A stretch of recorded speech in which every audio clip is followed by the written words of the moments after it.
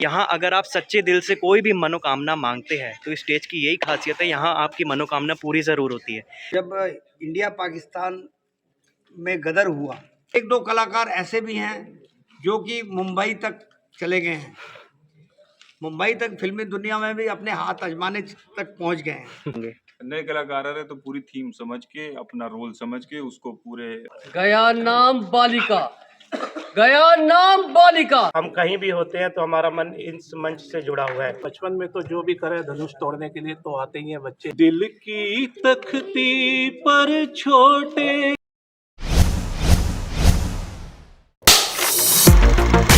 तो hey guys, welcome to my new vlog. Guys, जैसा कि आप सभी को पता है कि अभी कुछ ही दिनों बाद दशहरे का पर्व आने वाला है, यानी 24 अक्टूबर को हर जगह पर दशहरा बहुत ज़ोरों शोरों से बनाया जाता है। और आज का व्लॉग बहुत स्पेशल होने वाला है। जैसा कि पता है कि दशहरे से कुछ ही दिन पहले, यानी 10-12 या 15 दिन पहले काफ़ी सारी जगह पर रामलीला का आयोजन किया जाता है। वैसे ही हमारी भुरा रानी रुद्रपुर में भी रामलीला का आयोजन बहुत ही ज़ोरों शोरों से किया जाता है। कई वर्षों से यहाँ पर रामलीला चलती आ रही है और उसी रामलीला में मैं माता सीता और शूर्पणखा की भूमिका निभाता आ रहा हूँ। लगभग 5 वर्षों से मैं माता सीता भूमिका निभाता आ रहा हूँ और शूर्पणखा की 4 वर्षों से। तो आप लोग जो ये व्लॉग देख रहे हैं, आई होप कि आप सबने वो पार्ट को देखा होगा, एंजॉय किया होगा। तो इस वर्ष भी मैं यही रोल निभाने वाला हूँ। तो आज का व्लॉग इसीलिए स्पेशल है कि हमारी रामलीला की क्या मान्यता है और ये कब से शुरू हुई है, ये सारी हम बातचीत करेंगे यहाँ के वरिष्ठ कलाकारों से। और यहाँ की मान्यता की बात की जाए, यहाँ अगर आप सच्चे दिल से कोई भी मनोकामना मांगते हैं तो इस स्टेज की यही खासियत है, यहाँ आपकी मनोकामना पूरी ज़रूर होती है। तो आगे वीडियो में आप बने रहिए, मैं आपको काफ़ी सारे लोगों से रूबरू करवाना चाहूँगा, तो आप बने रहिए विवेक एस व्लॉग्स में।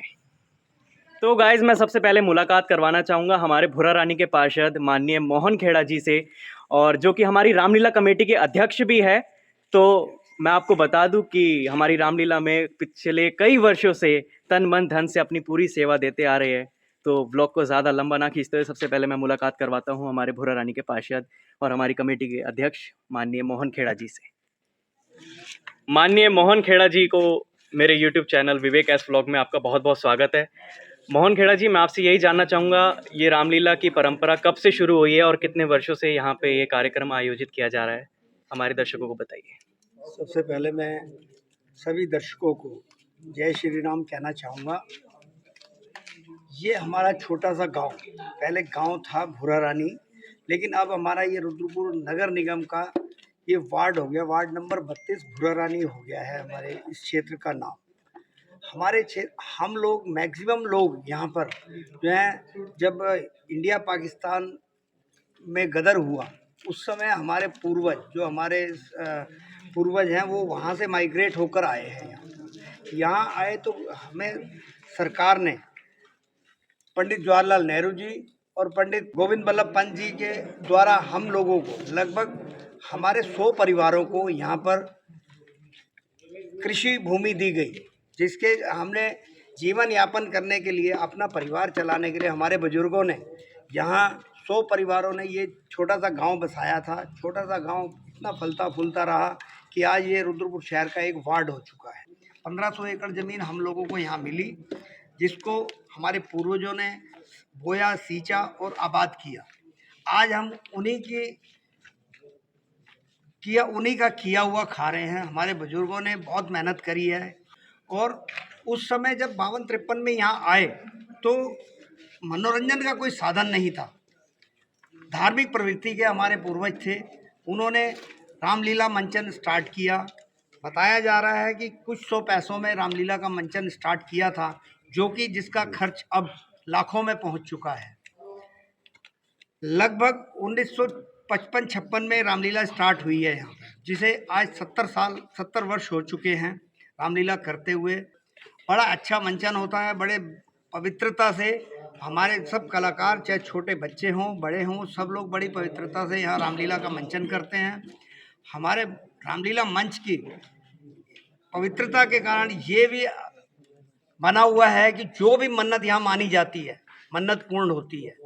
क्योंकि हमारे पूरे गांव के अलावा पूरे क्षेत्रवासी जो हैं इस मंच पर अपनी श्रद्धा भावना रखते हैं। श्रद्धा भावना के कारण सबकी मनोकामनाएं पूर्ण होती हैं। और मैं तो ये हमारे यहाँ से एक दो कलाकार ऐसे भी हैं जो कि मुंबई तक चले गए हैं, मुंबई तक फिल्मी दुनिया में भी अपने हाथ आजमाने तक पहुंच गए हैं। मैं तो ये सब लोगों से कहूँगा तन मन धन से रामलीला में मंचन में अपना सहयोग करें, और सब बच्चों से कहूँगा रामलीला मंचन एक हमारे जीवन की एक सीढ़ी है, इसमें आगे जाके हम क्या पता किस क्षेत्र में जाके हम अपने हाथ आजमाएं। मैं ये कहना चाहूँगा कि हमारा गांव जो कि इस रामलीला में सब जुड़ा हुआ है, और 11-12 दिन की हमारी रामलीला होती है। सब बड़े ही तन मन धन से यहाँ सब जुड़ते हैं, तन मन धन से पूरी यहाँ पब्लिक जुड़ती है, और बहुत ही भीड़ रहती है यहाँ पर। और 24 तारीख में दशहरा का पर्व पूरा गांववासी, पूरे क्षेत्रवासी मिलकर यहाँ मनाते हैं, पूरी श्रद्धा भावना से यहाँ मनाते हैं, बहुत ही रौनक रहती है। आप यहाँ पे कौन सी सेवा कर रहे हैं और कितने वर्ष हो गए आपको सेवा करते हुए? हमारी सेवा तो कुछ भी नहीं है, बस एक श्रद्धा भावना है। हमें तो कोई भी सेवा मिल जाए, चाहे झाड़ू लगाने की मिल जाए, दरी उठाने की मिल जाए, कुर्सी बिछाने की मिल जाए, हम उसमें ही तृप्त हो जाते हैं। अच्छा, यहाँ एक डायलॉग बड़ा मशहूर है, धन धाने से लाखों परिपूर्ण होवे, ऐसा कुछ है, तो वो क्या है, उसका क्या है, मतलब इफेक्ट क्या है? इफेक्ट देखिए, जो भी यहाँ हमारी रामलीला मंचन में जो भी अपने श्रद्धा सुमन अर्पित करते हैं, चाहे भी जो भी दान दक्षिणा देते हैं, तो हमारे जो अनाउंसर हैं वो यहाँ मंच से ये कहते हैं कि आपकी जिस जमा पूंजी में से ये रकम निकल कर आई है वो हमेशा दिनों दिन बढ़ती रहे, और धन धान्य से आपका परिवार धन धान्य से परिपूर्ण हो, भगवान राम लाखों करोड़ों देवे, धन धान्य से परिपूर्ण। तो यानी इसीलिए लोग रुद्रपुर की राजधानी भी कहते हैं भुरा रानी को, ये सही कह सकते हैं हम। जय श्री राम। तो इसी कड़ी को आगे लेते हुए मैं अभी और भी काफ़ी सारे वरिष्ठ कलाकारों से रूबरू कराना चाहूँगा। तो अब मैं मुलाकात कराना चाहूँगा माननीय हमारे बंटी कालरा जी से, जो कि काफ़ी वर्षों से रावण की भूमिका निभाते आ रहे हैं और बहुत ही अच्छा पाठ करते हैं। तो अब ज़्यादा बात मैं नहीं बताऊंगा, बंटी कालरा जी से ही पूछते हैं। तो आपका बहुत बहुत स्वागत है मेरे चैनल में। आप बताइए कि आप कब से ये पाठ करते आ रहे हैं और कैसा लगता है आपको जब आप ये पाठ करते हैं? रावण का पाठ मैं लगभग 15 साल से रावण का रोल कर रहा हूँ और बहुत अच्छा लगता है। बड़े तन मन धन से हम लोग इस रामलीला से जुड़े हैं। ऑलमोस्ट 30 साल से 32 साल हो गए मुझे रामलीला में रोल करते हुए। और कुछ रामलीला के बारे में कुछ बोलना चाहेंगे? आपको कैसा लगता है जब आप रावण की भूमिका निभाते हैं, क्या फीलिंग रहती है? आपका पाठ बहुत अच्छा लगता है, काफ़ी सारे लोगों के मैंने मुंह से भी सुना है कि बहुत तारीफ़ की जाती है रावण के पाठ की। हम अपनी तरफ से पूरी कोशिश करते हैं, बाकी जो सब लोग देखते हैं और जो सब लोग अप्रिशिएट करते हैं वो हमें अच्छा लगता है, बहुत अच्छा लगता जो नए कलाकार आ रहे हैं उनको आप क्या कहना चाहेंगे? है। नए कलाकार आ रहे तो पूरी थीम समझ के, अपना रोल समझ के, उसको पूरे अच्छे से याद करके अपनी तरफ से अपना बेस्ट देने की कोशिश करें। कोई रावण का एक डायलॉग हो जाए, ये जो ज़रूरी आपको है। अच्छा लगे वो सुना देता हूँ। ये ज़रूरी है, आपको जो अच्छा लगता हो, जो आपको लगता हो कि हाँ ये है कुछ। अच्छा, अगर संधि चाहते हैं स्वीकार मुझे इन शर्तों पर, पहले दे भेज विभीषण को सर रखे मेरे चरणों पर, फिर तोड़े सेत समंदर का आ सके न कोई लंका में, फिर हनुमान का मान मिटा भेजे रावण की सेवा में, उस समय दबा तृण दांतों में शरणागत हो इन बाणों के, कर जोड़े दोनों राम लखन भिक्षा मांगे निज प्राणों की। Thank you. तो ये थे हमारे बंटी कालरा जी, जो कि कई वर्षों से रावण की भूमिका निभाते आ रहे हैं, और इन्हीं के पीछे बैठे हैं हमारे मोजी भैया, मोजी ढिंगड़ा जी। फोकस इन्हीं पे जा रहा है अब सीधा। तो मोजी भैया, आपका बहुत बहुत स्वागत है हमारे चैनल में। तो मैं आपको तो बहुत अच्छे से जानता हूँ, आप हमारे दर्शकों को बताइए कि मेरे को तो पता है कि आप काफ़ी वर्षों से आप बाली की भूमिका निभाते आ रहे हैं और काफ़ी सारे आपने पाठ किए हैं, शायद मैं भी नहीं जानता हूँ, जब से मैं पैदा नहीं हुआ तब से आप करते आ रहे हैं। तो आप बताइए कि आप कौन कौन से पाठ करते हैं और कैसा लगता है आपको यहाँ पे पाठ करने में? मुझे तो अच्छा लगता है, और मैंने बाली का पाठ करा है कम से कम नहीं तो 15-16 साल हो गए, और मुझे अच्छा लगता है, मैं करता हूँ। और अब थोड़ा बच्चों को मौका मिलना चाहिए तो थोड़ा वो करेंगे अब जी। तो बाली का एक डायलॉग हो जाए छोटा सा। गया नाम बालिका, गया नाम बालिका, शायद तू भूल मेरे सामने आया, अरे नामकूल। बहुत बढ़िया, बहुत बढ़िया। एक सेकंड। एक आपका डायलॉग बहुत फेमस है, ध्वजा फहराएगी मेरी, तो वो भी हो जाए रावण का डायलॉग। ध्वजा फहराएगी मेरी, ध्वजा फहराएगी मेरी, अब आकाश के ऊपर बनाऊंगा नए वखुंड, अब कैलाश के ऊपर खर्च गंगा का जल होगा, खर्च गंगा का जल होगा, मेरे चरणों के धोने में मेरा ही नाम गूंजेगा हर एक मंदिर में कोने में। बहुत बढ़िया, बहुत बढ़िया। जय श्री राम। तो इसी कड़ी को आगे बढ़ाते हुए हम और लोगों से मुलाकात कराते हैं। जय श्री राम। तो अब मैं मुलाकात करवाना चाहूँगा हमारे रामलीला कमेटी के दीपक कटारिया जी उर्फ बंटी कटारिया जी से, जो कि रामलीला में 4 चांद लगाते हैं, यानी कि एंकर की भूमिका निभाते हैं और कई वर्षों से केकई की भूमिका भी निभाते आ रहे हैं।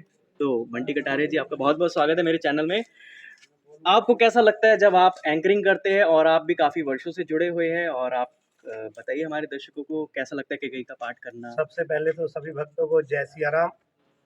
और जैसा कि विवेक जी पूछ रहे हैं कि आपको कैसा लगता है, मैं आपको एक बात मंच के बिल्कुल समक्ष हम बैठे हैं और सच्चे हृदय से इस बात को कहूँगा, क्योंकि अभी ये बोलने के लिए मुझे कह रहे हैं तो मुझे लग रहा है कि मैं नहीं बोल पाऊँगा, लेकिन जब रामलीला की बात आती है, जब मैं मंच पर जाकर बोलता हूँ तो मुझे खुद बाद में विश्वास नहीं होता कि कहाँ से वो शब्द आते हैं और कहाँ से वो बातें आती हैं जो मैं दर्शकों के साथ साझा करता हूँ।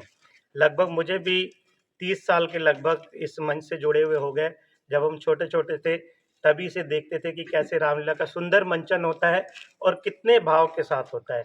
जिन पाठों को हमने नहीं देखा, हमने अपने बुजुर्गों से सुना है कि वो बहुत ही पवित्रता के साथ यहाँ पर मंचन करते थे, जिनमें राम, लक्ष्मण और सीता माता और हनुमान जी विशेष रूप से बहुत ही सात्विक तरीके से, यानी सात्विक भोजन करते हुए धरती पर सोना, और उसी का परिणाम है, जैसे हमारे अध्यक्ष महोदय ने बताया कि यहाँ पर भक्तों की मनोकामना पूर्ण होती है। तो यहाँ पर बहुत ही सात्विक भाव से रामलीला मंचन किया जाता है, तो उसी का परिणाम है कि भक्तों का मनोकामना पूर्ण होती है।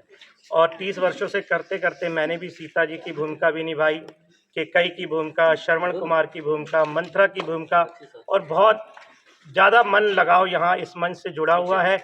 हम कहीं भी होते हैं तो हमारा मन इस मंच से जुड़ा हुआ है। और मैं आगे भी सभी भक्तों से ये कहना चाहूँगा कि आप भी भाव के साथ यहाँ से जुड़ें, क्योंकि ये पवित्र मंच है और इस पवित्र मंच पर जब आप श्रद्धा भावना के साथ अपने भाव को व्यक्त करेंगे तो आप सब सुख समृद्धि को प्राप्त करेंगे।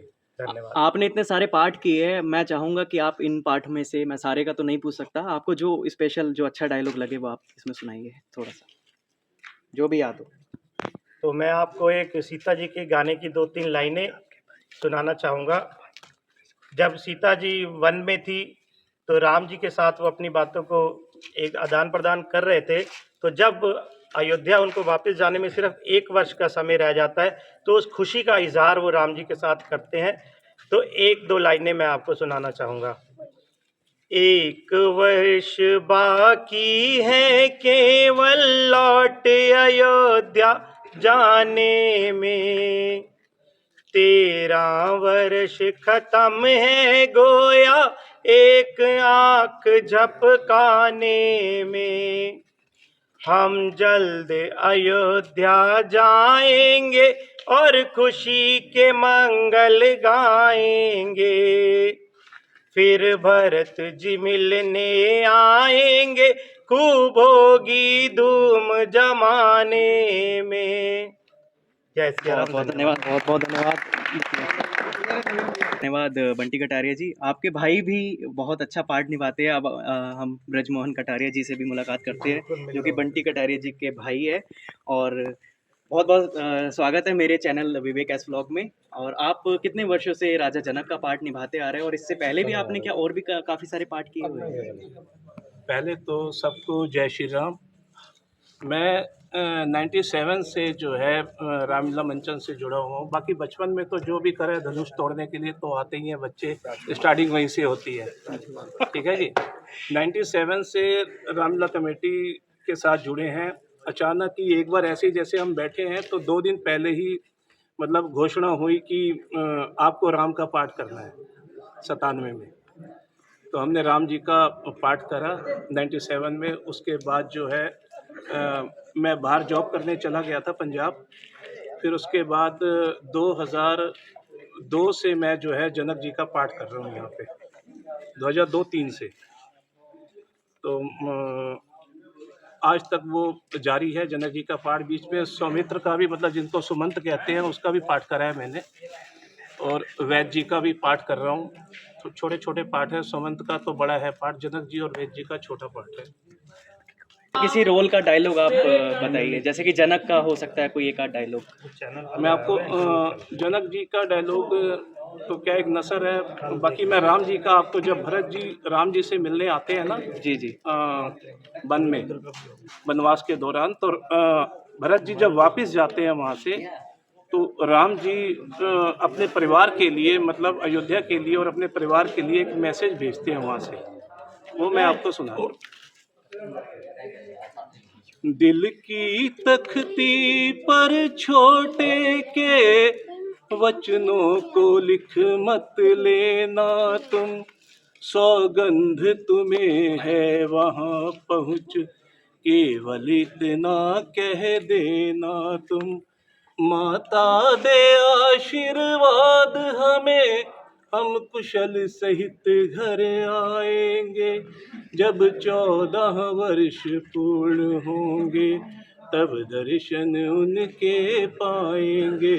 इन 14 वर्षों में भी हम क्षण मात्र न भूलेंगे उनको, अपने विचार के मंदिर में श्रद्धा से पूजेंगे उनको, श्रद्धा से पूजेंगे उनको। तो इसी कड़ी को जारी रखते हुए अभी हम और भी कलाकारों से मुलाकात करवाएंगे।